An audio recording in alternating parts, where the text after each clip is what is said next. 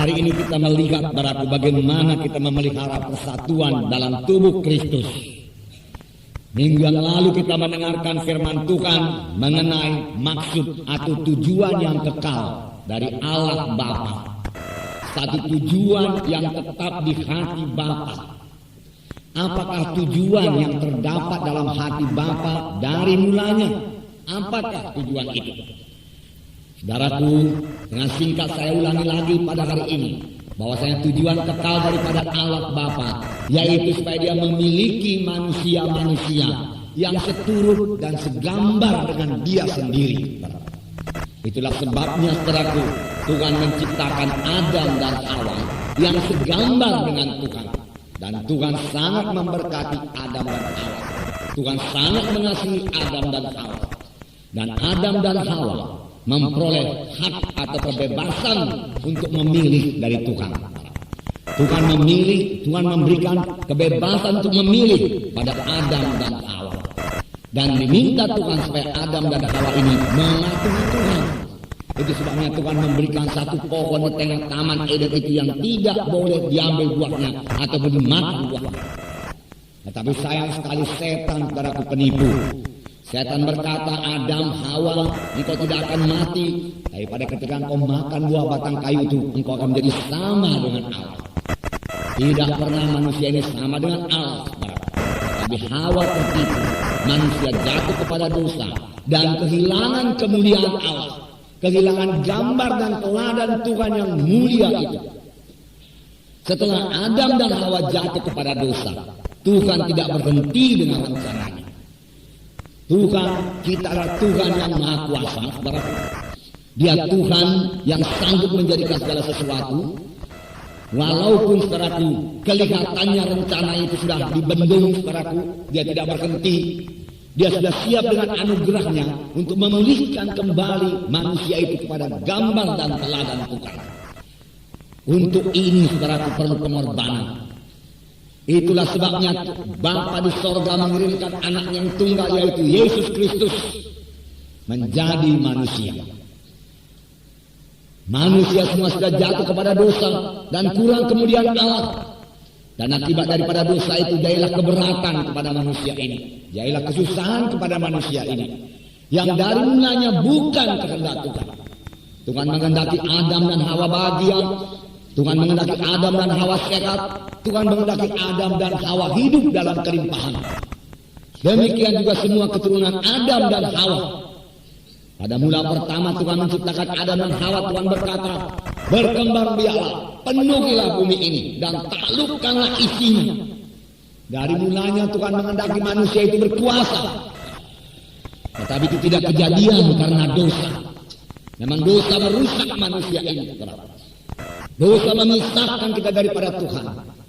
Dosa, saudaraku, menghilangkan kemuliaan Tuhan dalam kita. Tetapi Tuhan tidak meninggalkan manusia begitu saja. Dia sangat mengasihi manusia ini. Tuhan tahu rencananya pasti jadi. Tetapi sesuatu harus diperbuat oleh Bapa di sorga, yaitu menebus manusia ini dari dosa. Itulah sebabnya Dia mengirimkan anaknya yang tunggal, Yesus Kristus, turun ke dunia ini untuk menebus kita yang berdosa ini, supaya kita yang sudah kehilangan kemuliaan Allah itu dapat kembali lagi memilikinya. Saudara yang kekasih dalam nama Yesus, bagaimanakah Tuhan melaksanakannya? Allah kita itu Allah yang adil, Allah kita itu Allah yang suci. Maka keadilan Tuhan menuntut supaya tiap-tiap dosa mesti dihukum. Kalau dosa dibiarkan saja, maka Allah itu bukan Allah yang adil. Seorang hakim yang adil di dunia ini pun harus menghukum dosa. Bapa harus menghukum dosa itu. Dan lagi kesucian Bapa di sorga, saudaraku. Kesucian sorga itu menuntut, saudaraku, tidak ada dosa yang bisa masuk ke sorga. Kesucian sorga akan dikotori oleh satu dosa yang masuk ke sorga. Padahal semua manusia ini sudah jatuh kepada dosa. Jadi bagaimanakah jalannya supaya manusia ini bisa kembali lagi kepada Tuhan? Harus ada seorang yang dikorbankan. Dan ini memang sudah diterangkan Tuhan dalam perjanjian lama melalui nabi-nabinya. Pada waktu itu, dikala bangsa Israel berbuat dosa, maka mereka harus menyembelih seekor domba yang tidak bercacat celah. Darahnya dicurahkan di atas mezbah, itulah penebus dosa mereka.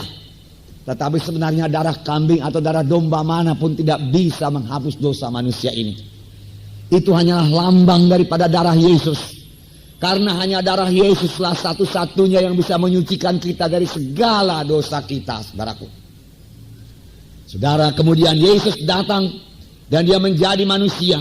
Tidak ada dosa pada Yesus. Tetapi semua dosa manusia ini ditimpakan kepada Yesus. Dan Yesus sudah dihukum bukan karena dosanya.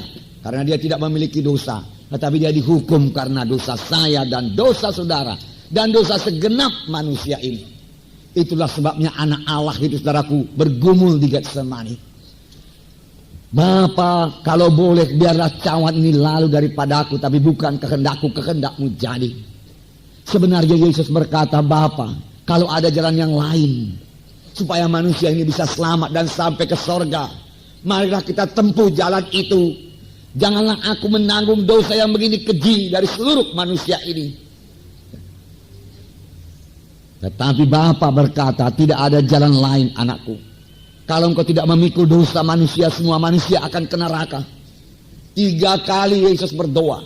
Pada kali yang ketiga Tuhan Yesus berkata, jikalau tidak ada jalan lain Bapa, melainkan aku harus menanggungnya juga, biarlah ku tanggung semua dosa manusia. Lalu dia minum cawan itu, saudaraku, cawan dosa manusia. Mulai saat itu Yesus ditangkap.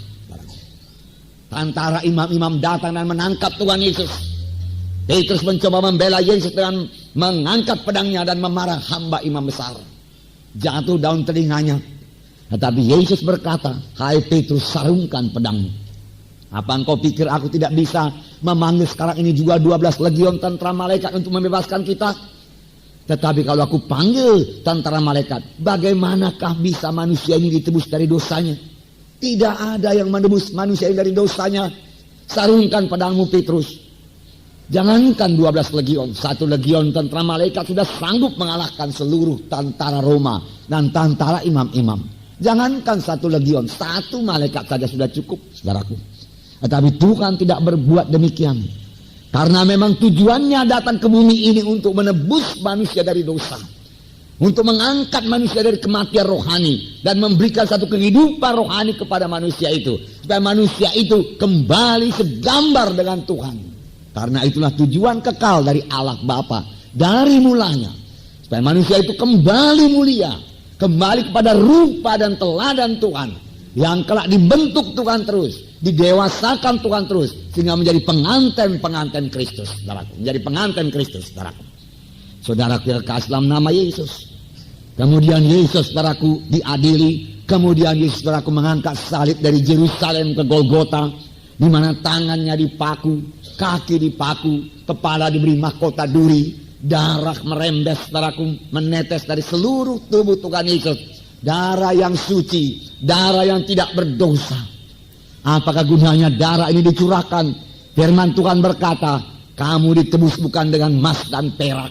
Emas dan perak tidak bisa menebus kita berapapun banyaknya. Tetapi kamu ditebus dengan darah yang mahal, darah anak domba atau darah Yesus yang tidak bercacat, tidak bercelah, yaitu darah Yesus menebus kita. Dan firman Tuhan berkata dalam 2 Korintus 5:21, Yesus telah dijadikan dosa supaya kamu jadi kebenaran di hadapan Tuhan. Inilah berita Injil, sebab pada waktu Yesus di kayu salib, terjadi perpisahan dengan Allah Bapa. Yesus berteriak, Eloi, Eloi, lama sabachthani. Bapa, mengapa engkau tinggalkan aku? Bapa meninggalkan Yesus karena pada waktu itu, saudaraku, itulah perpisahan yang pertama dan yang terakhir, saudaraku. Mengapa? Karena Yesus sudah dipenuhkan dengan dosa manusia. Tetapi itu tidak lama, saudaraku. Kemudian Yesus berkata, sudah genap. Dan Yesus mengembuskan napasnya di kayu salib di Golgota. Yesus mati. Sudah genap ditanggung oleh Tuhan Yesus semua dosa manusia ini. Betapapun besarnya, betapapun merahnya, betapapun kejinya, semua sudah ditanggung oleh Tuhan Yesus. Dan firman Tuhan berkata dalam 2 Korintus 5:21, Yesus telah dijadikan dosa supaya kita jadi kebenaran di hadapan Tuhan. Benar, saudara. Kita dibenarkan bukan karena kebaikan kita. Kita dibenarkan bukan karena kejujuran kita, bukan. Kita dibenarkan bukan karena apa yang kita capai di dunia ini, bukan karena sumbangan kita yang banyak kepada gereja, bukan, bukan karena kita menolong orang miskin atau orang yatim piatu, bukan, semua perbuatan itu baik dan diberkati Tuhan, saudaraku. Tetapi semua perbuatan baik kita itu tidak sanggup, saudaraku, membawa kita kembali kepada rupa dan gambar Tuhan, apalagi membawa kita kembali kepada hidup yang kekal. Hanya ada satu juru selamat, hanya ada satu jalan ke surga, yaitu Tuhan Yesus Kristus. Tidak ada jalan lain, saudara.